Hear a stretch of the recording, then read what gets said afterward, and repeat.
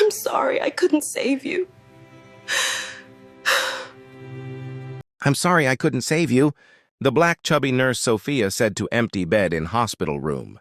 Those were the only words that slipped through, the quiet hum of machines, and the sterile scent of antiseptic. Nurse Sophia Grant, her blue uniform creased from another 12-hour shift, stood at the edge of room 314, staring at the white hospital bed that still held the ghost of a patient's shape. The pillow was slightly indented, as if someone had just left moments ago. But the silence said otherwise. Sophia's hands trembled as she reached out and smoothed the sheets, tucking the corners with precision born from habit, not hope. She was a chubby, kind-faced woman in her 40s, with eyes that had seen too many endings and not enough miracles. Her voice was low, heavy with exhaustion and something deeper: guilt. The heart monitor was still on. A flat line glowed faintly across the screen, pulsing in a rhythm that was no rhythm at all. Sophia turned it off slowly, her reflection flickering in the glass. The faint buzz died, and the room became completely still. Outside, footsteps echoed, another nurse laughing softly with a doctor. The world was moving on, but inside room 314, time stood still. Sophia picked up the chart from the foot of the bed, her eyes landing on the name written in firm, careful handwriting: Derek L. Grant. Her last name. She didn't need to look twice. She already knew. Her son. The one she hadn't spoken to in 6 years. The one who walked out after the argument, shouting that he'd never forgive her for what she did. The one she never stopped praying for. Sophia dropped the chart to the floor. Her knees weakened beneath her as she gripped the bedrail for balance. She had been so focused, so professional, that she hadn't even recognized him when they brought him in, unconscious, battered, with a chart marked "No Family Found." His face had been hidden under tubes, his body broken beyond recognition.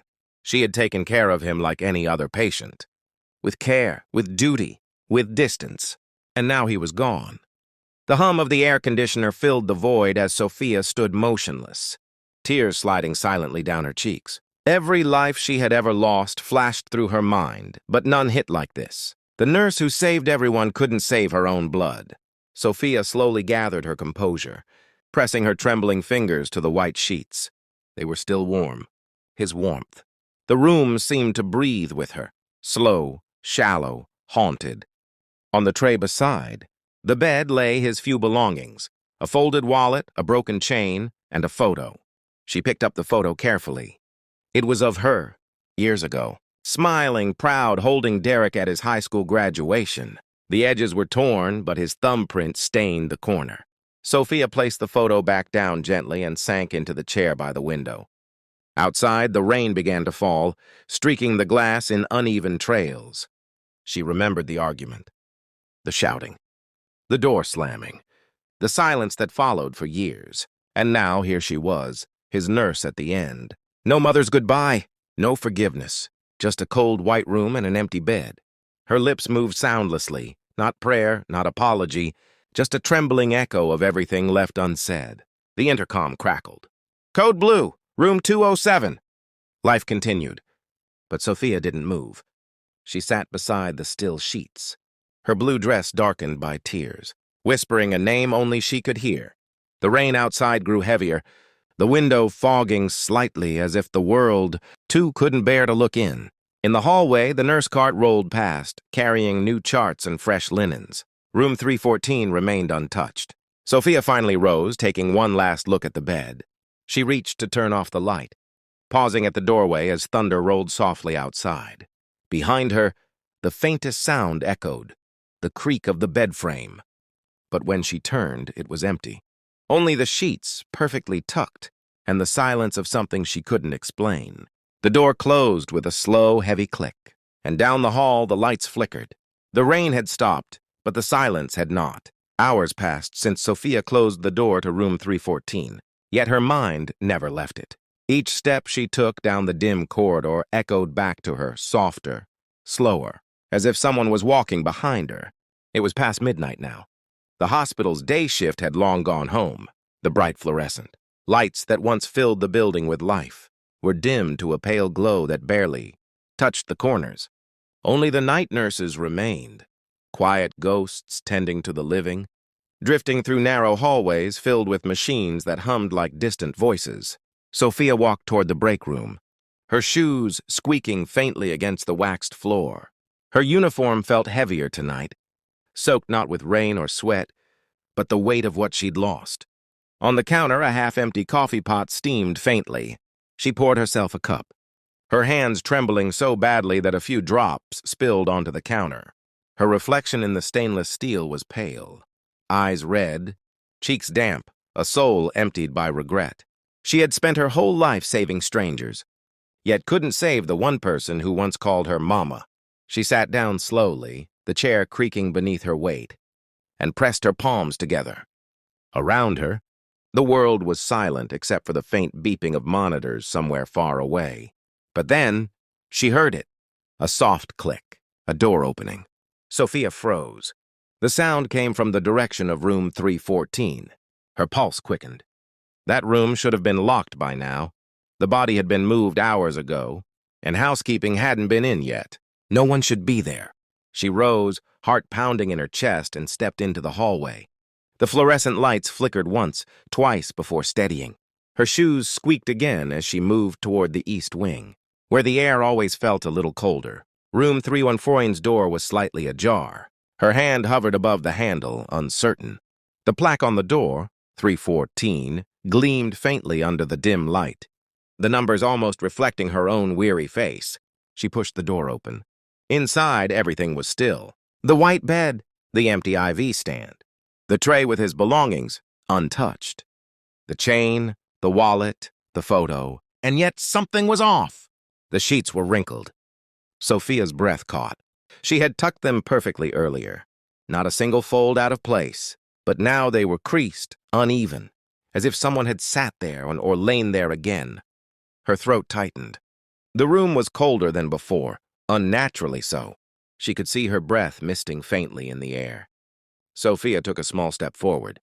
The floor creaked beneath her shoe, and then she saw it. The photo. It had moved. Earlier, it had been on the tray. Now it lay on the bed, right where his chest would have been. The edges fluttered slightly, though there was no breeze. Sophia's heartbeat echoed in her ears. She reached for the photo, her fingers shaking. The moment she touched it, a faint static buzz filled the room.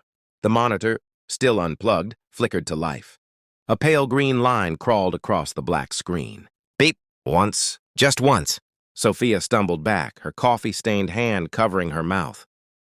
She stared at the monitor, the single heartbeat fading again into silence. For a moment, she couldn't breathe. It felt like the air itself was pressing against her chest. Then, something moved in the reflection of the screen, not behind her. On the bed, a faint shadow. The outline of a man, faint, hazy, but unmistakably there, lying on the bed just as he had been hours ago. Sophia turned around instantly. The bed was empty. But the indentation. The sheets sank slightly as if someone invisible still lay there. Her mind screamed logic, fatigue, grief, hallucination. But her heart whispered something else. It wasn't the first time she'd felt something strange in this place. Hospitals carried echoes. She'd always believed that. But never like this. Never him. Sophia's knees weakened, and she sank to the chair beside the bed, unable to tear her eyes from the faint mark on the pillow where his head once rested. She whispered something, not words, just a trembling sound of sorrow. The lights flickered again, and in the brief darkness between each flicker, she saw him, and not clearly, just flashes. His face, his smile, the way he looked at her when he was a boy, then older, then angry, then gone. When the lights steadied, the room was still again. Sophia's breathing came in ragged bursts. She stood, swaying slightly, and reached for the photo again. She pressed it to her chest and whispered into the emptiness. "I know you're here." Silence answered. But somehow it felt like he was listening. Outside, thunder rolled again, distant, hollow. Rain began to fall once more, tracing lines down the window like tears. Sophia turned toward the glass. Lightning flashed, illuminating her reflection, and for a heartbeat, she wasn't alone. Behind her stood the faint, transparent figure of a man, his features blurred. But his eyes, those eyes, looked right at her, sad, forgiving. Sophia turned sharply, but the space behind her was empty. The air felt thick now, charged with something unexplainable. The monitor flickered again. The faintest whisper, static at first, then forming sound, broke through the silence. A voice gentle but distant, familiar. "Mama." The cup slipped from her hand and shattered against the floor.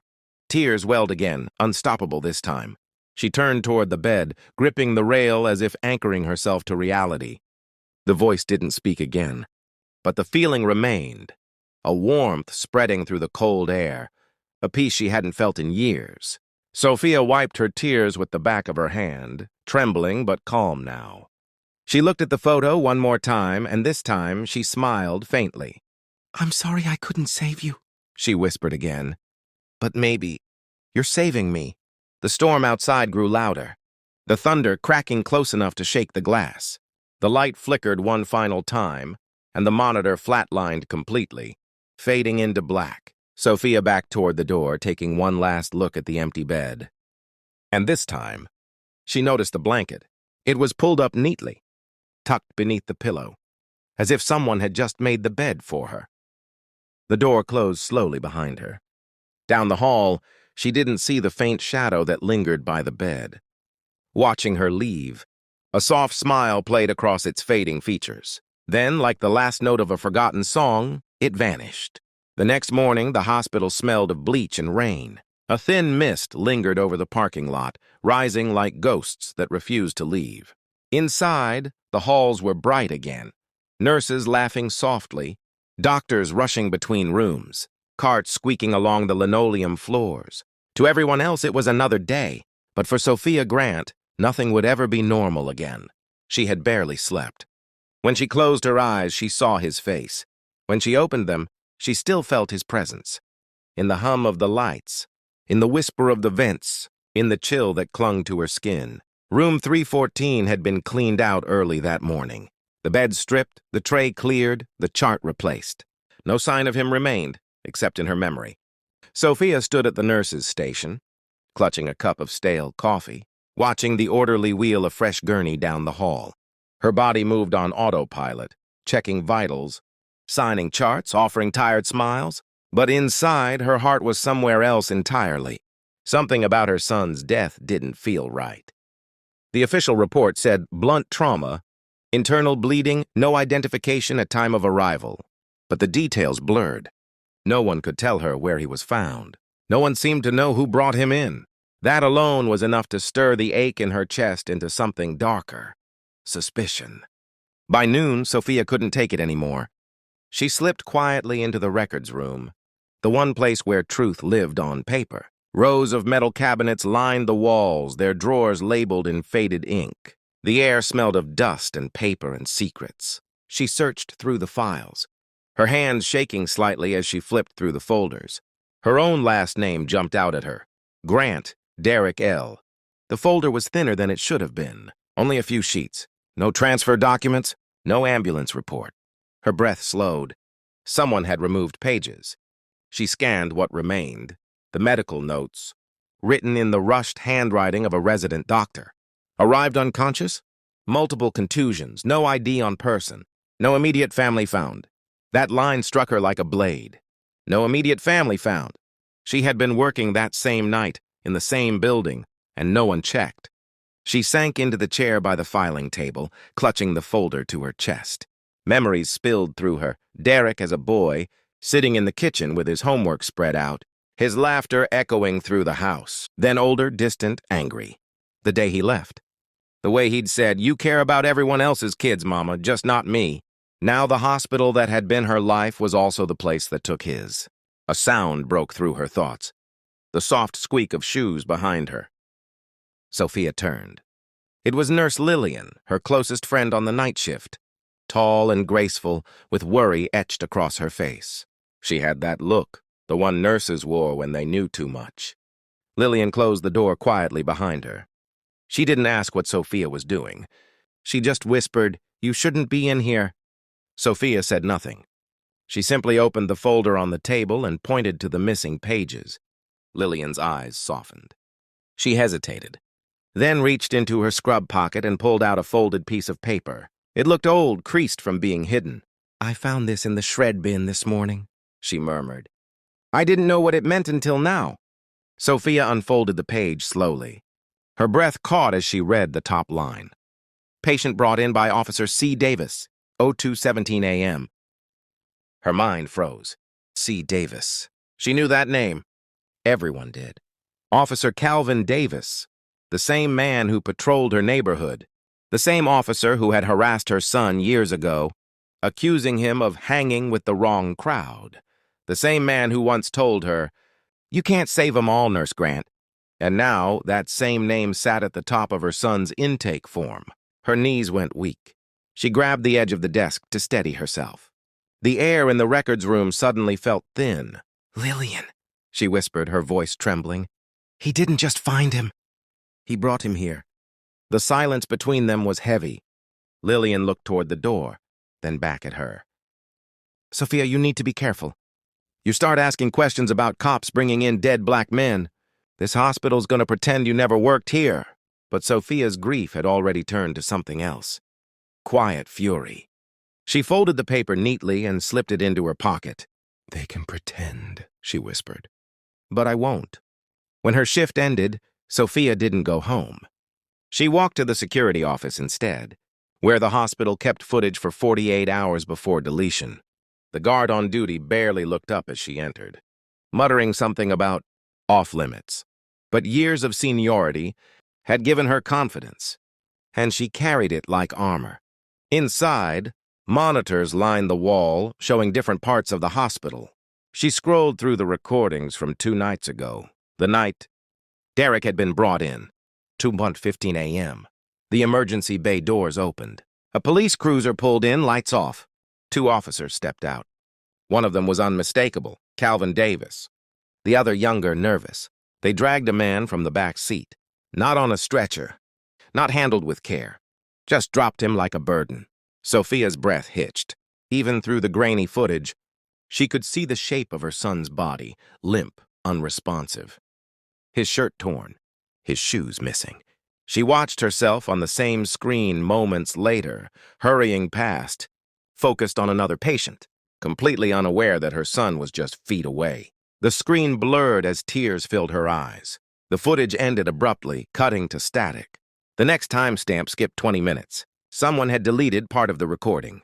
Sophia sat there, numb, the truth unraveling like a slow, cruel revelation. Derek hadn't just been lost.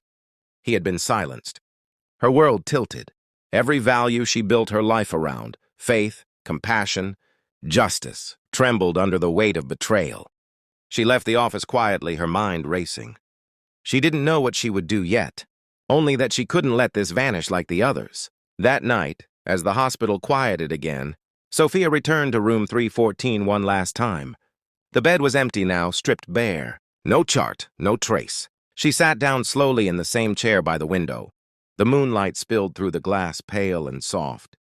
She whispered to the silence, to the air she hoped could still hear.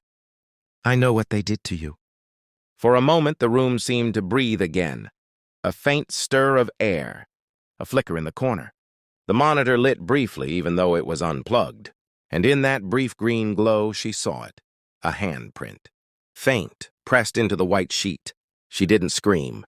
She didn't cry. She only smiled through the tears, whispering, "I'll make them see you, baby. I promise." The light dimmed. The handprint faded. But the promise stayed, echoing in the quiet hum of the hospital. The night was quiet again, but the quiet felt different now. Not empty, heavy, waiting. Room 314 was closed, its door sealed with a strip of yellow. Tape that read, "Under review." No one had been assigned there since Derek's passing. The staff whispered about strange things. Flickering lights, faint voices, machines turning on by themselves. Some said the room was haunted. Sophia knew better. The room wasn't haunted. It was awake. 3 days had passed since she found the deleted footage and the missing report. She had barely slept, barely eaten. But her mind was clear. Grief had hardened into resolve. The hospital had tried to bury the truth under forms and silence. The police department filed no incident report. and Officer Calvin Davis had conveniently gone on medical leave. Everything about it stank of protection. Not for her son, but for those who ended him. Still, Sophia kept her promise. She started with what she had, the copy of the intake page, the security footage, and the timeline of her own shift that night. Piece by piece, she built her quiet case, hiding her notes in a folder labeled Patient Safety Review, so no one would notice. By day, she worked as if nothing had changed, taking vitals, whispering comfort to the sick, smiling at co-workers who thought she'd moved on. By night, she hunted for truth. The morgue technician, a soft-spoken man named Reggie, slipped her the official body tag records. The timestamp didn't match. Derek had been logged into the system 20 minutes later than the footage showed. Someone had altered the file. Every new discovery pressed harder against her chest, but she kept moving. She owed him that much. That evening, the rain returned. Steady, cold, relentless. Sophia sat alone in the chapel on the hospital's first floor.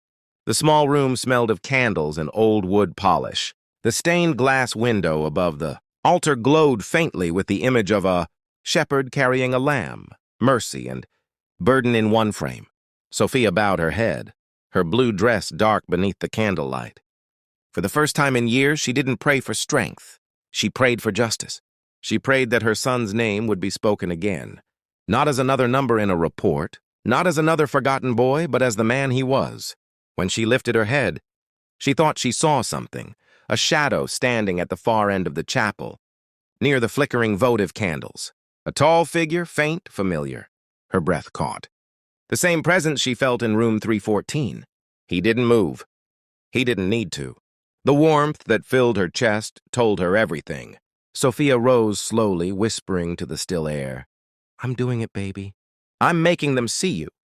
The next morning, she walked into the hospital's administrative wing, a place few nurses dared to go unless summoned. The halls smelled different here. Polished floors, cold air, the scent of power. The chief of medicine, Dr. Halverson, sat behind his mahogany desk, glasses perched low, pretending to read something important. Sophia stood tall before him, folder in hand. Her voice didn't tremble. It was calm, deliberate, filled with the quiet force of truth.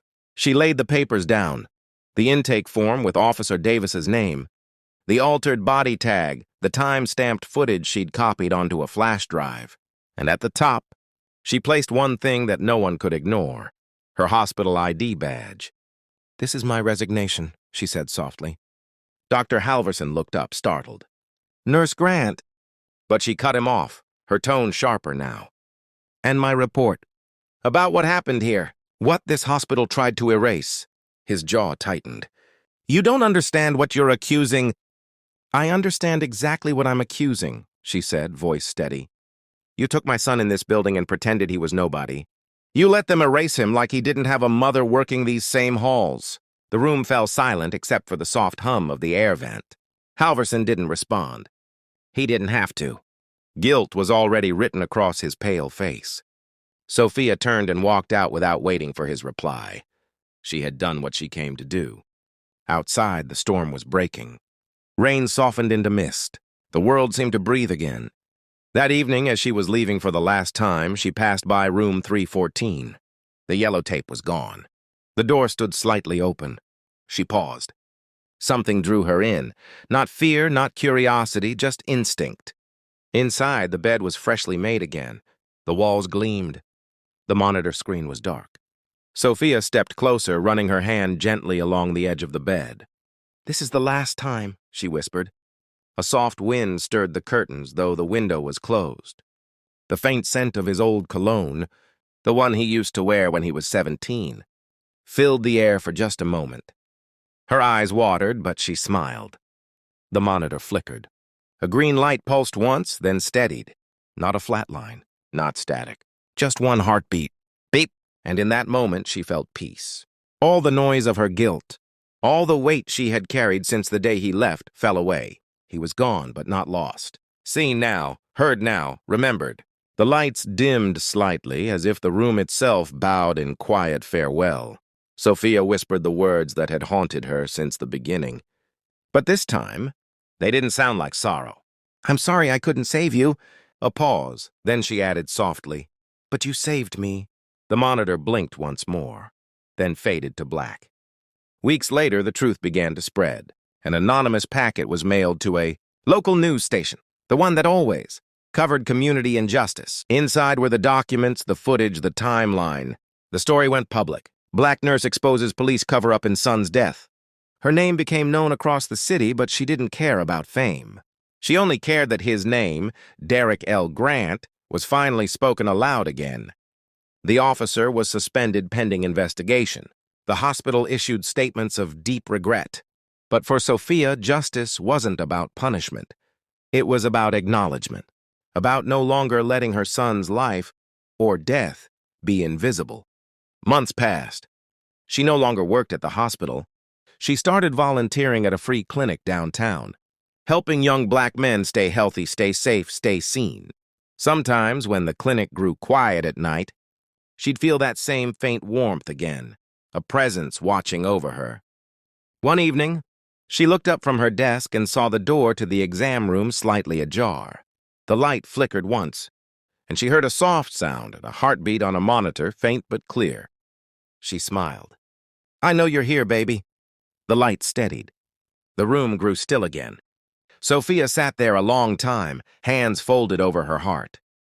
The sound of rain began outside, gentle this time, not sorrowful, just cleansing. The world kept moving as it always did, but somewhere, in a quiet hospital room that no one used anymore, a single monitor glowed in the dark, one soft, steady line pulsing like memory. And in that flicker he lived on,